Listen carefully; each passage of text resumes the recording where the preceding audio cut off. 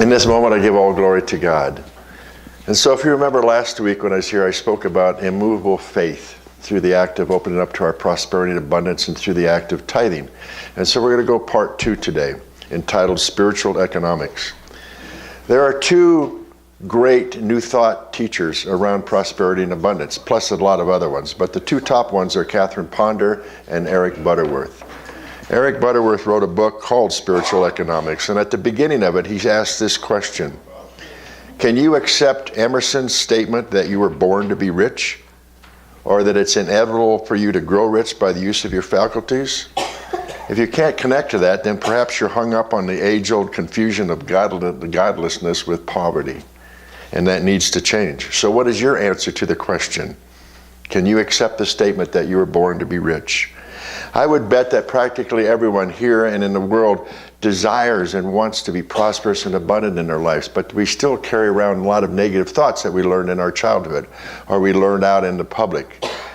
And it's kind of difficult sometimes when we have these fear and negative thoughts that run us when it comes to tithing or accomplishing our prosperity and abundance. When we want to be able to support the good from God that comes into us, that's always there for us to have. The truth is, beloveds, that in lack of any kind, no matter whether it's money or health or friendship or love, relationships, lack of any kind is an aberration in an opulent universe. Have you ever thought of the universe being opulent and what that signifies? That God's good is all out there for us to have. Any person who is experiencing lack in any way is going contrary to the universal flow. It's like going upstream against the waves on the water rather than flowing with the stream downstream. Charles Fillmore, who founded Science of Mind, shocked the religious establishment of his day back in the 40s when he said, "It is a sin to be poor." He believed and taught that when we establish ourselves in the consciousness of God, the whole universe is right there for us and it moves through us with such ease, with an abundance of life and substance. Can you take that in?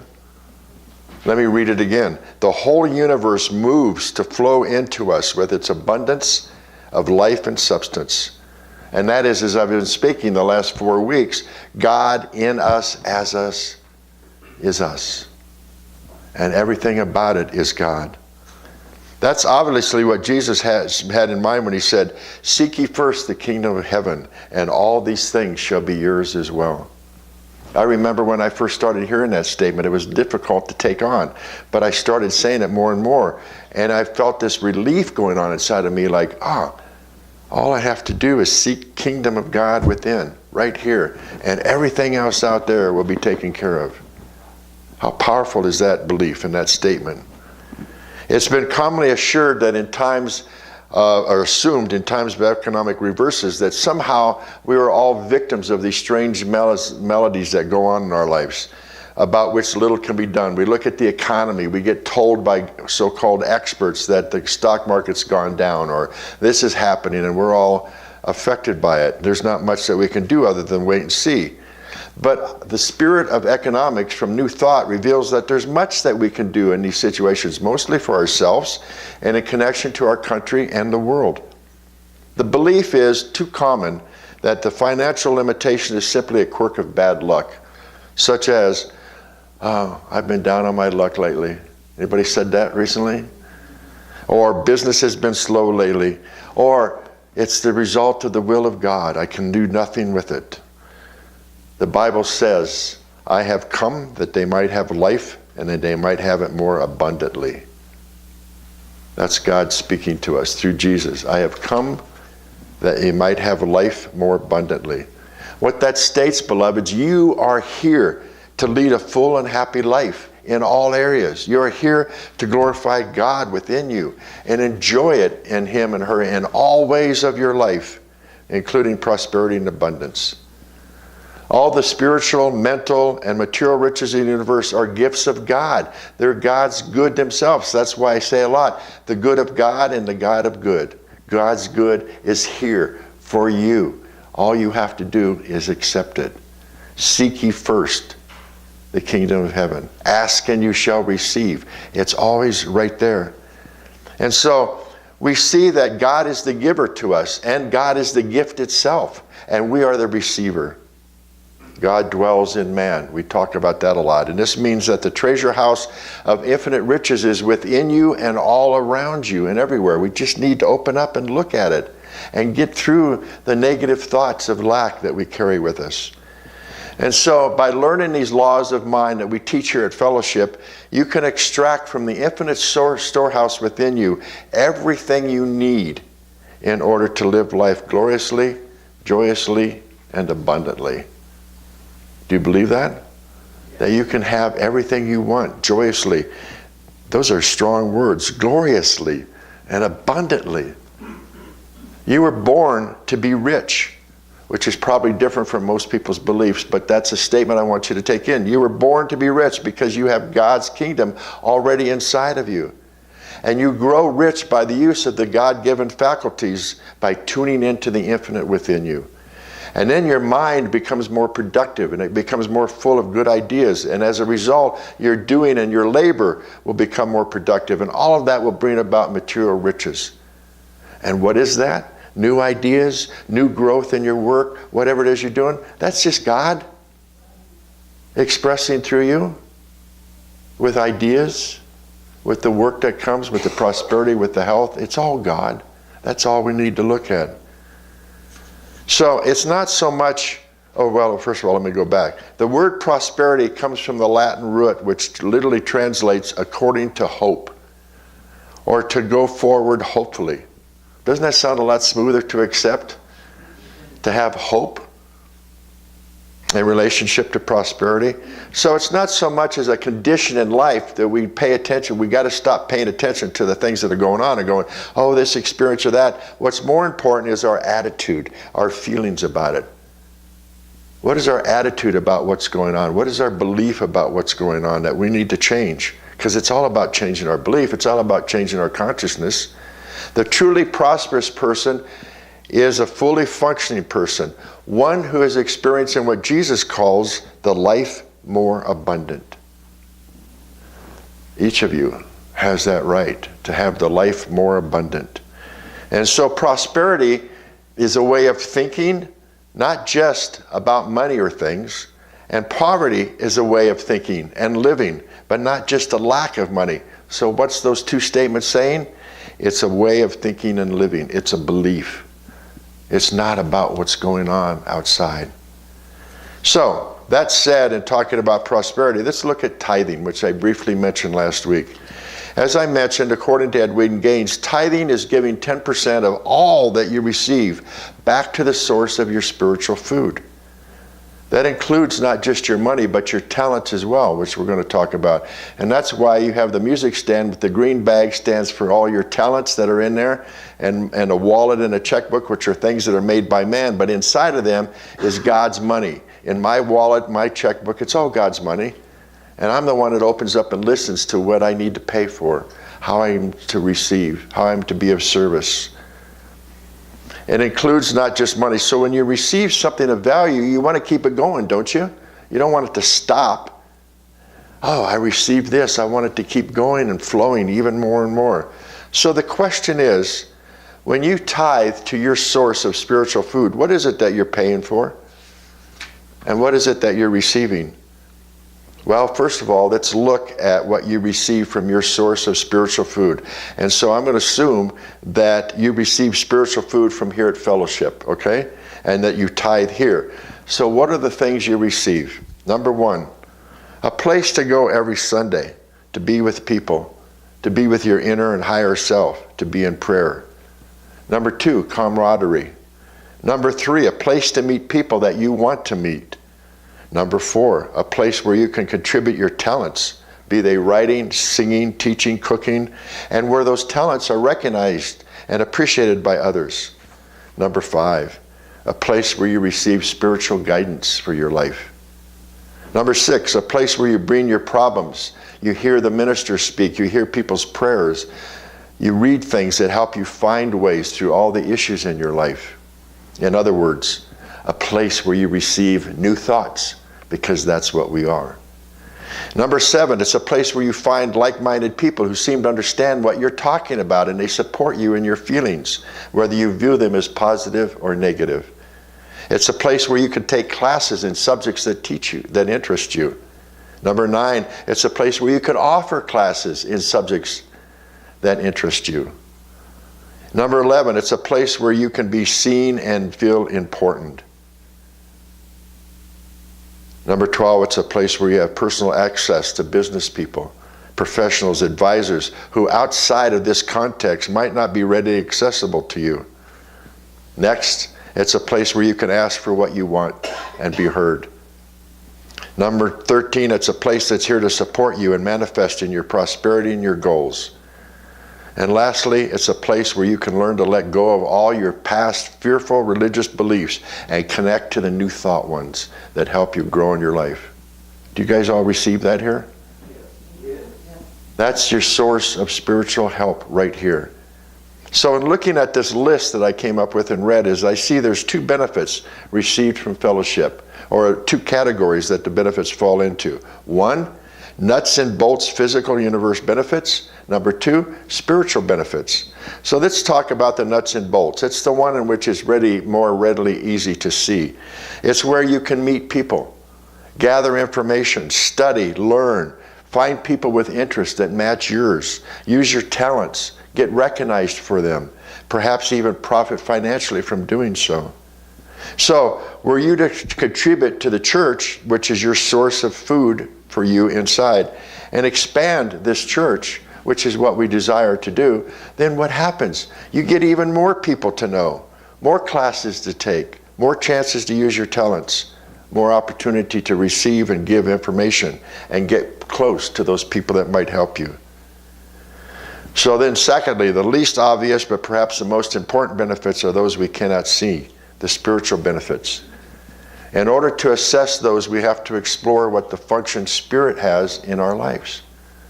How does Spirit play in our life? Usually, in our life, we are trained to go directly to our goals. Have a goal, work hard at it, write it down, look at it every morning, push, try, be ambitious, do all sorts of activities. In other words, do. And then you will have what you want, and you'll be happy. Then I'll have, and I'll be happy. So it's do. For most of us, when we do that, though, we discover the same things continue to fail for us. Over and over ourselves, we find ourselves falling short of our goals. Or even worse, we achieve a goal and then find out, to our dismay, that we're still not happy. Does that happen to you? That's why I talk to you about it's not about doing. It's not about setting these things up like the world says. It's about being. It's about being connected to the oneness of God, to living the oneness and expressing the consciousness of Christ. That's what this is about, beloveds. That's why you come here, to learn about that. How to be, every moment of my life, more connected to God. And then the doing will come from God. God will say this. God will give you money. God will help you with this. And then you'll have what it is that you've been wanting, happiness and joy. All from that connection to source of God inside. So God will take care of the doing, and that's why Spirit gave me the theme for this year, which is what? Living a new thought through demonstration. So it's talking about new thought first, being, and then through demonstration is the doing. So that's what we're working on, beloveds, is more about being and let God take care of the doing. And we have all of our spiritual statements that you can look in our trifold brochures, which are out front on the table, and it talks about our principles and who we are, our mission statement, our vision statement. That all fills in the aspects of Spirit. So, since I've been talking about tithing, I have some demonstrations to share with you. It's always good to hear when people tithe and what happens to them. And these demonstrations, there are 2 of them, come from Reverend Sandra Jean, who is a good friend of mine and of this church. And she's a Science of Mind minister, and she shared these with me. And she said, first of all, I need to preface these demonstrations with my understanding of tithing. Tithing is based on biblical scripture, but that's not enough reason for me to do it. What is enough is proving the law of giving and receiving, the cycle of it. Anytime we create a vacuum, The law has to fill that energy field up. And if we release any fear out of our side, what comes in is love. So tithing is a message to teach us to trust the law of return. It isn't about pleasing God, doing the right thing. It's about total trust and belief in universal law that has to work according to nature. So we are here following those laws of the universe, opening ourselves up to the Christ consciousness. That's what she's talking about. So demonstration 1. My daughter recently moved from living with her brother in Florida back to Denver. She immediately started attending a Mile High Church where Sandra Jean had found her spirit. It was her home church, and it's a Science of Mind church, a religious science church. She arrived on Sunday and went to the Wednesday night live service. She was so pumped about the service, she called on her Bluetooth to Sandra, her mom, as she drove to where she's living with a friend. Mom, I put my last $5 that I had into the offering plate tonight. And Sandra Jean said, that's great, sweetie. The following Sunday, her daughter met her cousin who goes to Mile High. After church, her cousin took her out to lunch and paid for it. She also handed her a $50 bill. Now, I was thinking about that later in the week, and I called to ask if she had seen the correlation of letting go of that $5 creating a vacuum for $50 just 5 days later. Well, that spurred her on. When she was in Florida for under 2 years, she'd sent out at least 150 resumes, resulting in 1 interview. But in Denver, she arrived on a Sunday and found a job that week and started working on unloading a truck, getting settled in.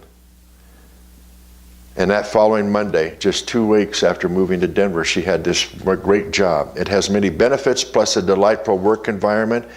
And her daughter started tithing a particular committed percentage from each and every paycheck. She started working there in October, and close to Christmas, they had their Christmas work luncheon, Secret Santa gift exchange, and they received their bonuses. Now, the policy is if you work there a year or less, you get $100. 2 years gives you a $200 bonus, and so on. So her daughter opened her bonus check, hadn't even fulfilled her probationary period of 90 days, and guess what? It was $100. Then the owner of the company began talking about what a wonderful, prosperous year they had. An envelope with another bonus check was given to each employee. Her daughter assumed it was just $100. But later when she got in her car, she opened the envelope. The extra bonus was $500. Her commitment to tithing a full 10% on all types of unexpected income, she started doing. What was the beginning? $5. A great job. $50. $100. $500. Just by following tithing. It's wonderful, beloveds, because it's God supporting and growing in us. So demonstration number 2, and this is a biggie, and it has to do more with the church, which is our church here and what we do. She has a Unity Church close to her home. They've been meeting for 30 years plus. After meeting in a cremation facility chapel and in a small strip mall, they finally bought a double-wide out-of-town property on something like 7 to 10 acres. Their annex is a park model. They've been there at least 12 years, and I guest speak for them at least once a month, and they have wonderful guest speakers every month. But they haven't had a spiritual director for 4.5 years. Winter attendance is around 20 to 30, and summer attendance is around 10 to 15 because the winter bunnies go back. She lives down in Arizona. They go back to the cold country, and locals go visiting. Even though they don't have a minister, they have a Course in Miracles class, Diksha Circle, book studies like I had asked and it is given, prayer ministry. We have all of that here. They believe in truth, as they say in Unity, and as a church, they tithe. And they've had financial situations that pop up from time to time. Well, last year in 2017, the board was worn out because they were doing all the administration and physical work of the church, that no one wanted to be on the board. And in the midst of it, they felt like they might cease to exist because the energy was so low in all areas. One lady who had never studied Unity or Science of Mind principles and who was not a member kept saying to them, "You need to sell your property and move back into town." Now, this lady never had anything to do with having church in the back of someone's car, but they started to listen to it, and they had their annual meeting. Someone from the head of Unity came to it, and they wanted to find out whether they should even continue as a Unity church. They thought that this church was meeting more standards than other ones that have ministers. So they suggested, you have something to work here. Why not hire an administrative assistant? So they did. And she took on all the time-consuming jobs that board members were trying to do. A sense of peace and order throughout the kingdom unfolded. People have filled the board positions. The energy is high, harmonious, excited, and motivated. And they have continued to know, to practice, to believe that as a church, all their needs are met or exceeded on time, all of the time. And that's what we do here. Some major inside structural repairs needed to be done to the tune of $1,200. So $700 came out of the blue to fill the coffers. And then in December, an anonymous donor paid off the mortgage. Wouldn't that be great? I just thought that probably meant $20,000, but I asked one of the board members and she whispered to me, no, it was $40,000. That was paid off by an anonymous donor, by income not expected. That's the other thing about this, beloved, is not only the income you know is coming in that you tithe to God and receive it back tenfold, but we look at that with the money and whatever we receive that's unexpected. So, dear beloveds, it is the most free and liberating experience to move out of human thinking and past training and experiences about money and move into the perfect flow from the universe without any reservations about our needs being met on time all the time or even exceeded. We cannot outgive the giving universe because it works according to universal law, not human mentality, not fear, but because of love and abundance and prosperity. So I desire that every human being live in this trust of universal law and reap the benefits. How would it be if our whole world lived in a place of prosperity and abundance?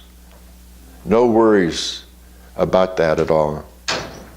Those are two great examples. I have more that I'm going to share next week. And I want to quote Mark Victor Hansen, who's the Soup for the Soul author, who says, tithing is the best kept abundance and prosperity secret in existence. It is an old secret that works, and yet it has been virtually forgotten, never learned, or rarely tested. And as a sensitive subject, people have a lot of buttons around it.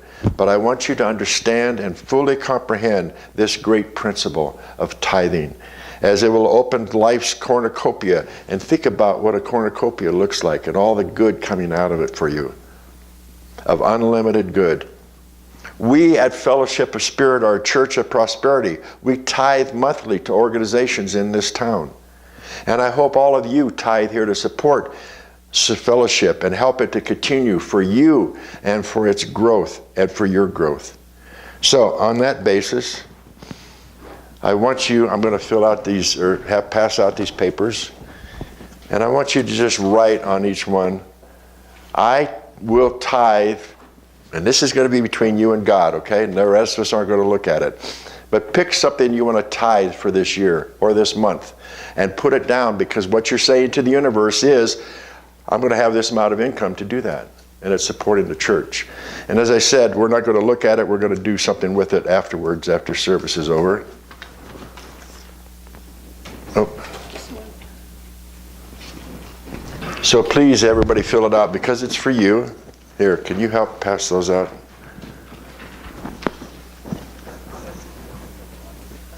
And sign your name to it, just even though God knows who you are already.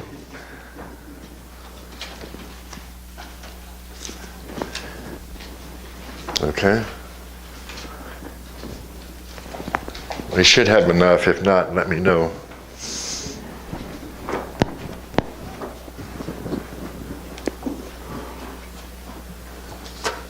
So next week, please reserve a seat and come back again, because we'll do part 3. We're going to talk a little bit more about prosperous and abundance, and we're going to talk about tithing your talents as well and what that looks like. Until then, namaste.